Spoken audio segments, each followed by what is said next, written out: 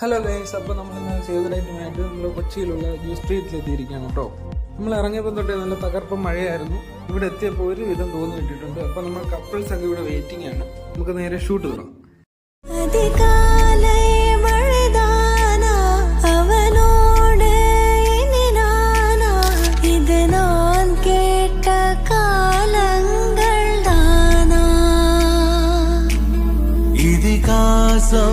இதுதானா இவளோடு நடந்தேனா இந்த மாயத்தில் நானும் விழுந்தேன்.